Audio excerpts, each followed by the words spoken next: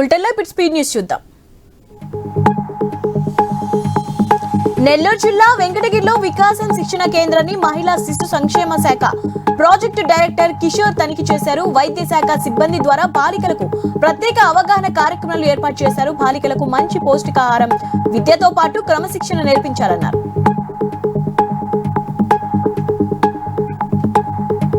నెల్లూరు జిల్లా వెంకటగిరిలో వికాసిత కృషి సంకల్ప అభియాన్ కార్యక్రమంలో భాగంగా రైతులతో సైంటిస్టులు ముఖాముఖి నిర్వహించారు. ఖరీఫ్ పంటలకు డ్రోన్ల వినియోగంపై అవగాహన కల్పించారు. ప్రకృతి వ్యవసాయ పద్ధతుల ద్వారా ఎరువుల నియంత్రణ పాటించి అధిక దిగుబడులు పొందాలన్నారు.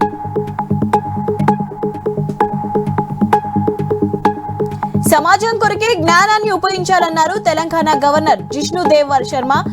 జేఎన్టీయూ 13వ స్నాతకోత్సవాన్ని ముఖ్య అతిథిగా హాజరైన గవర్నర్ 9,840 మందికి డిగ్రీలను ప్రదానం చేశారు. జాతీయ విద్యా విధానం అమలులో జేఎన్టీయూ అగ్రమిగా నిలుస్తుందని చెప్పారు.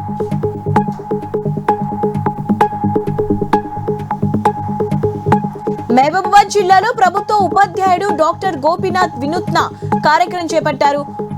విద్య మనిషి ఏ విధంగా మారుస్తుందో ప్రత్యేకంగా చూపించారన్నారు. ఒక లక్ష్యాన్ని ఏర్పాటు చేసుకుని ఆ లక్ష్యం వైపు ప్రయాణిస్తారని వినూత్న కార్యక్రమాన్ని నిర్వహించారు.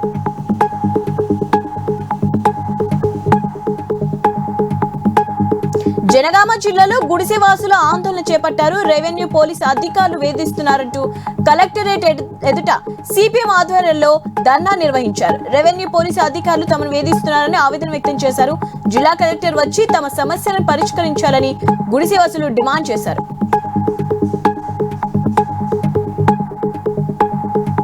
వెన్నుపోటు రాజకీయాలు జగన్ కుటుంబానికి కొత్తేమి కాదన్నారు. ఎమ్మెల్యే ఆనందరావు ఆస్తి కోసం చెల్లిని గెంటేశాడన్నారు. 5 ఏళ్ల పాలనలో 85% హామీలను అమలు చేయలేదన్నారు.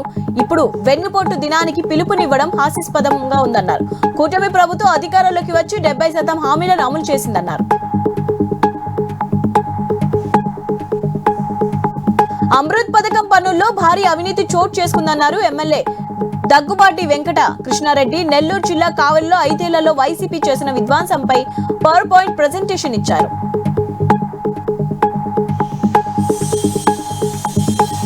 ఉచిత విద్యపై అనంతపురం జిల్లా కలెక్టర్ అవగాహన కల్పించారు. జర్నలిస్టుల సమస్యలపై ప్రభుత్వానికి నివేదిక పంపించాలని చెప్పారు. జర్నలిస్టుల పిల్లలకు ప్రైవేట్ పాఠశాలల్లో ఉచిత విద్యను అందించేలా కృషి చేస్తామని చెప్పారు. కామారెడ్డి జిల్లాలో 12 కిలోల గంజాయిని స్వాధీనం చేసుకున్నారు పోలీసులు. నాగవల్లి ఎక్స్ప్రెస్ లో తనిఖీలు నిర్వహించగా గంజాయి బయటపడింది. పోలీసులు గంజాయిని పట్టుకోవడంతో ముఠా సభ్యులు అక్కడి నుంచి పారిపోయారు.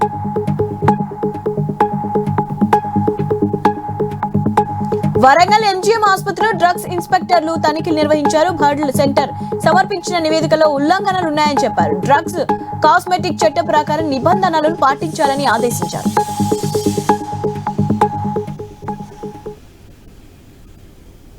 ఇవి updates. Keep watching I news. మీతోనే మీ వెంటే.